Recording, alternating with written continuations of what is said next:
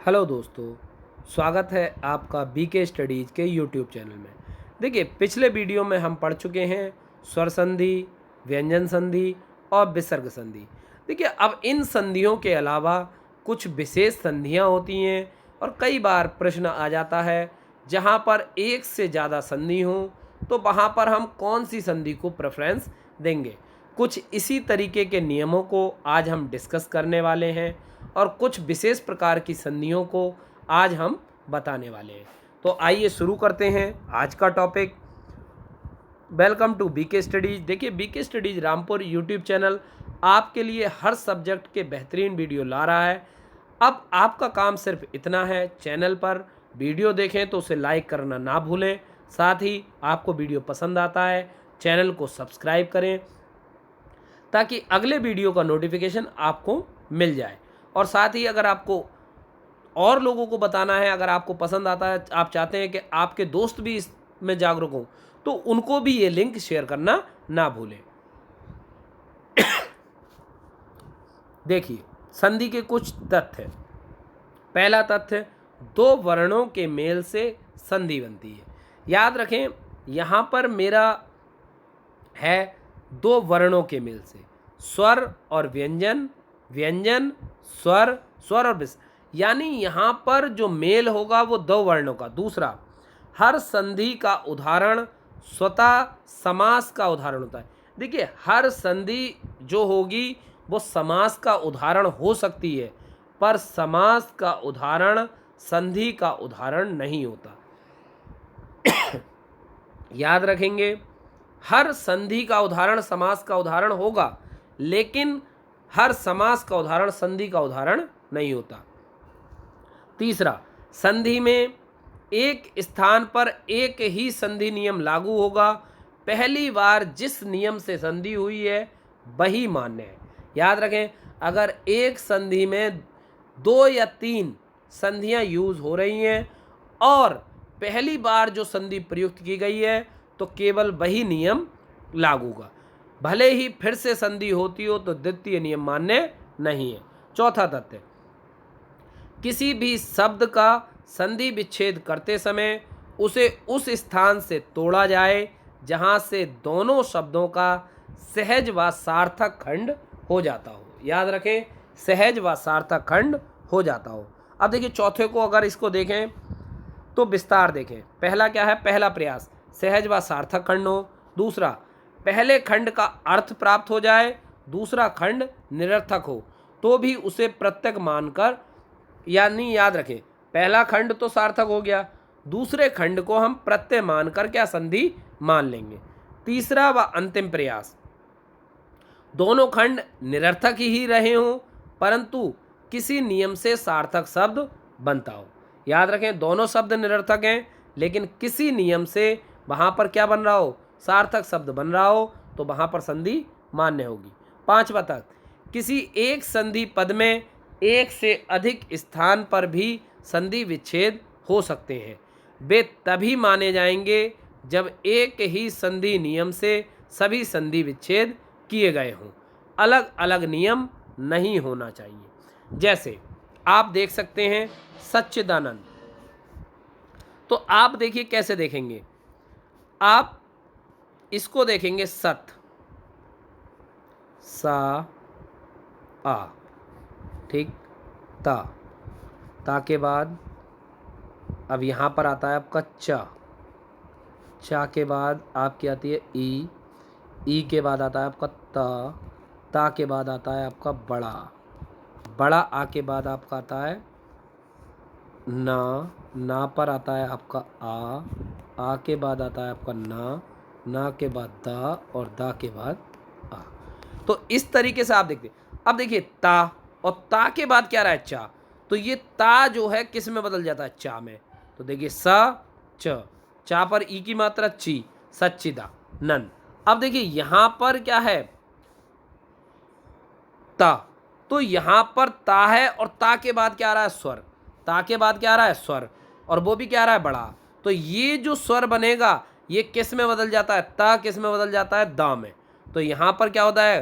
सच्चिदानंद। तो याद रखेंगे, तो ये दो नियम बने। या फिर हम इसको इस तरीके से बनाते हैं, सच्चित प्लस आनंद, सत प्लस चिदानंद। ठीक है। इस छठवां तत्व, कई बार कुछ ऐसे शब्द भी होते हैं जिनके एक से अधिक प्रकार से संधि विच्छेद हो सकते हैं और सभी सही भी होते हैं। ऐसी स्थिति में वरीयता द्वारा उत्तर सही चुना जाएगा। तो देखिए यहाँ पर वरीयता दी गई है, तो वरीयता दी गई है, कैसे चुना जाएगा? अगर पेपर में आपको तीनों ऑप्शन आ जाते हैं तो पहले नंबर पर आप ये चुनेंगे। अगर ये ऑप्शन में नहीं है तो आप इसको सही मानेंगे, और अगर ये भी ऑप्शन में नहीं है तो आप इसको सही मानेंगे। लेकिन याद रखें, पहले नंबर पर इसे चुनना है, दूसरे नंबर पर आपको इसे चुनना है और तीसरे नंबर पर आपको इसे। ठीक है, बढ़ते हैं आगे। उदाहरण देखिए, उदाहरण है समुदाय, समुदाय, तो क्या आएगा? समुत प्लस आय, ता के बाद बड़ा आ तो दा में बदल जाएगा। कौन सी संधि हो गई? स्वर संधि। अब आता है समुदाय, सम प्लस उदाय, यहाँ पर समुदाय तो सम प्लस उदाय कौन सी संधि हो गई? व्यंजन संधि। एक से अधिक उत्तर सही होने पर वरीयता क्रम इसी प्रकार होगी। प्रथम वरीयता पहले स्वर संधि रखी जाएगी, दूसरी स्वर के बाद व्यंजन संधि और तीसरी व्यंजन के बाद विसर्ग संधि। अगर कभी भी संधि आती हैं तो पहली वरीयता आप किसे दोगे? स्वर संधि को। अब आता है हिंदी की स्वतंत्र संधियाँ। याद रखें, उपयुक्त तीनों संधियाँ संस्कृत से हिंदी में आई हैं, किंतु हिंदी की निम्नलिखित 6 प्रवृत्तियों वाली संधियाँ होती हैं। पहली होती है महाप्राणीकरण, दूसरी घोषीकरण, तीसरा हर्षवीकरण, चौथी आगम, पांचवा व्यंजन लोपीकरण और छठा स्वर व्यंजन। तो देखिए, पहला आता है पूर्व स्वर लोप। क्या है? पूर्व स्वर लोप। तो याद रखें, दो स्वरों के मिलने पर पूर्व स्वर लोप हो जाता है, तो ये कहते हैं पूर्व स्वर लोप। अब ये भी दो प्रकार के होते हैं, एक होता है आविकारी पूर्व स्वर लोप और एक होता है विकारी। एक होता है आविकारी जिसमें कोई चेंज नहीं होता, और विकारी जिसमें परिवर्तन हो जाता है। जैसे मिल प्लस अन, तो क्या हो जाएगा? मिलन। मिल प्लस अन, तो पूर्व स्वर आप देख रहे हैं यहाँ पर, क्या पूर्व स्वर का क्या हो जाता है? लोप हो रहा है। विकारी में क्या होगा? जैसे छल प्लस आवा, तो क्या हो जाएगा? छलावा। ठीक है, तो ये जो पूर्व में जो स्वर आ रहा है इसका क्या हो रहा है? लोप।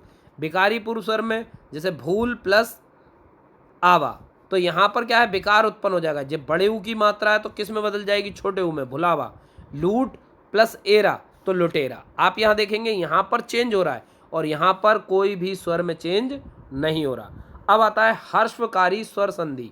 हर्षवकारी, दो स्वरों के मिलने पर प्रथम खंड का अंतिम स्वर हर्ष हो जाता है। हर्ष का मतलब लघु मात्रा हो जाती है। तो दो स्थितियाँ होती हैं, एक होती है आविकारी हर्षवकारी और एक होता है विकारी हर्षकारी। देखिए, जैसे यहाँ पर लिखा साधु प्लस ओ, तो आप देखेंगे यहाँ पर क्या जाएगा? साधुओं। डाकू, तो ये देखिए यहाँ पर एक एरर लिखा है, ये साधु इस तरीके से है, साधु प्लस ओ, तो ये हो जाएगा, सॉरी ये अविकारी है, साधु प्लस ओ तो साधुओं, डाकू प्लस ओ डाकू, तो ये विकारी का एग्जाम्पल है। ये किसका एग्जाम्पल है? विकारी का। आगे बढ़ते हैं, तो देखिए आगे बढ़ने में अब आता है जैसे साधु प्लस अक्कड़ी, तो क्या आएगा? साधु प्लस अक्कड़ी, तो ये लोप हो जाएगा, तो सदुक्कड़ी। बाबू प्लस आ तो बब हुआ। अब आती है आगम स्वर संधि। तो याद रखें, इनकी भी दो स्थितियां होती हैं, आविकारी आगम स्वर और विकारी आगम स्वर। तो देखिए आविकारी आगम स्वर में इसमें अंतिम स्वर में कोई विकार नहीं होता। याद रखें, अंतिम स्वर में कोई विकार नहीं हो जाए। जैसे तिथि आ, तो क्या आ जाएगा? तिथियाँ, तिथियाँ। शक्ति ओ, तो शक्तियों, शक्तियों। तो और अब आ जाए विकारी में, जैसे नदियाँ, तो आप ये देखेंगे यहाँ पर दा, इस पर कौन सी मात्रा लगी है? बड़ी, लेकिन कन्वर्ट किस में हो जाएगी? छोटी में। यहाँ पर किसकी मात्रा लगी है? बड़ी, और कन्वर्ट किस में हो रही है? छोटी। और वहाँ आप देख रहे हैं कोई भी चेंज नहीं हो रही, तो यहाँ पर आएगा विकारी और वहाँ पर आएगा अविकारी। बढ़ते हैं आगे। पूर्व स्वरलोपी व्यंजन, जैसे आप देख सकते हैं तुम प्लस ही। अब तुम तो कैसे लिखेंगे, ता प्लस ऊ प्लस माँ और प्लस आ, हा और हा पर क्या, ई। अब देखिए पूर्व का स्वर ये आलोप हो जा रहा है, तभी तो बनेगा ता, फिर आधा और फिर ही, तुम ही। तो यानी कि पूर्व स्वर का लोप हो जा रहा है, तो यहाँ पर क्या आएगा, पूर्व स्वर लोपी व्यंजन संधि।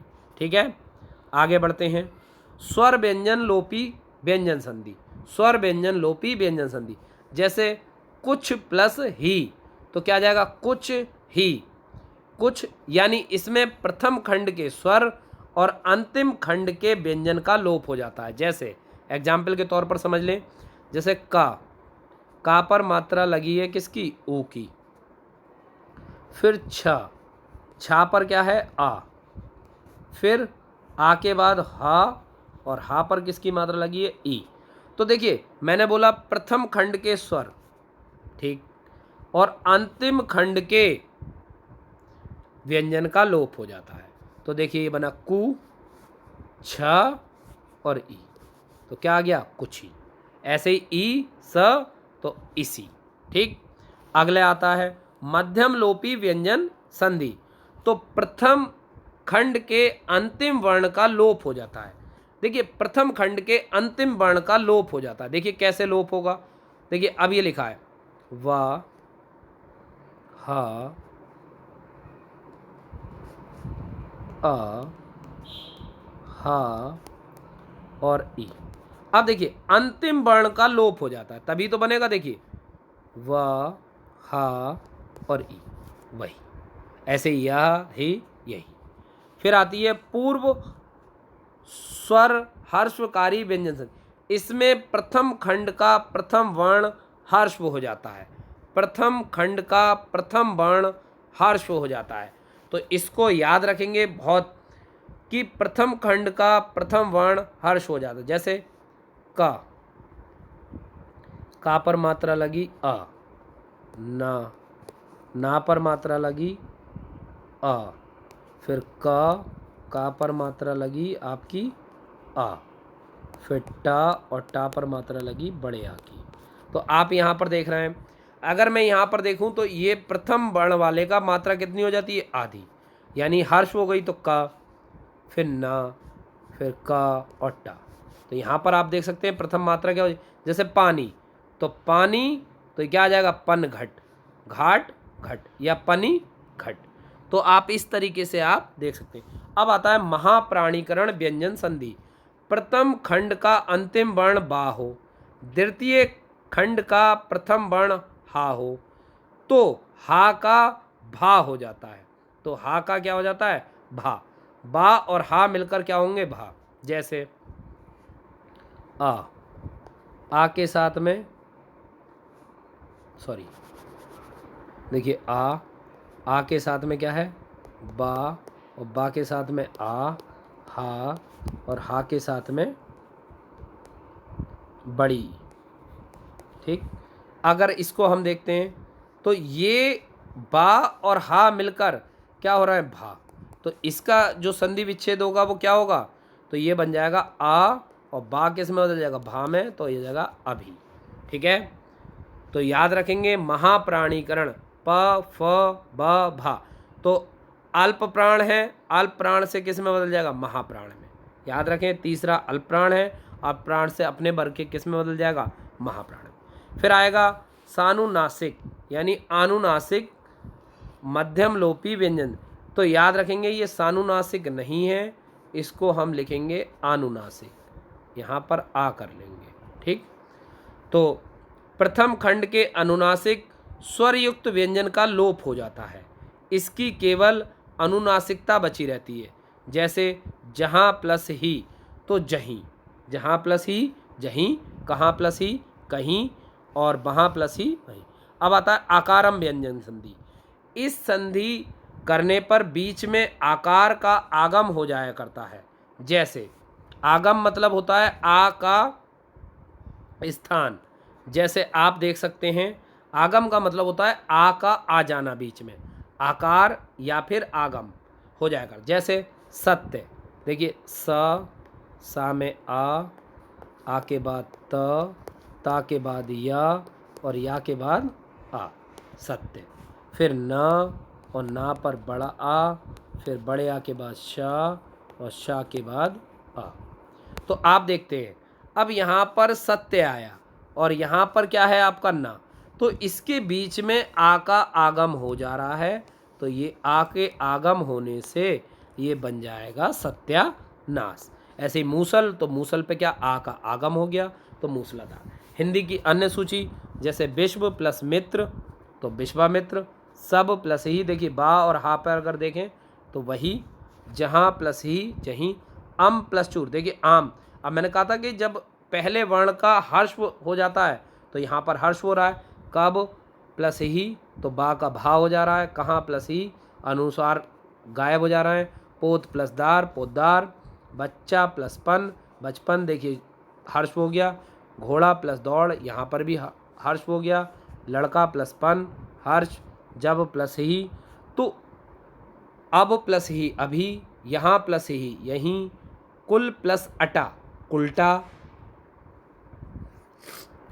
तब प्लस ही तभी, वहाँ प्लस ही वहीं, हाथ प्लस कड़ी, मैंने बताया था देखिए हर्षवीकरण हो जाता है तो क्या होगा हथकड़ी, कान प्लस कटा कनकटा, अंता प्लस राष्ट्रीय अंतर्राष्ट्रीय, पानी प्लस घाट, याद रखें ये पीछे बहुत इंपॉर्टेंट एग्जाम्पल है, पानी प्लस घाट पनघट, स्त्री प्लस उपयोगी स्त्रियोपयोगी, एक प्रत्यय जुड़ने पर संधिनुमा पर्यत, जैसे अर्थ प्लस एक आर्थिक, धर्म प्लस एक धार्मिक, उद्योग प्लस एक औद्योगिक, सप्ताह प्लस एक साप्ताहिक, दिन प्लस एक दैनिक, भूगोल प्लस एक भौगोलिक, समाज प्लस एक सामाजिक, नीति प्लस एक नैतिक, दर्शन प्लस एक दार्शनिक, वर्ष प्लस एक वार्षिक, इतिहास प्लस एक ऐतिहासिक, प्रथम प्लस एक प्राथमिक।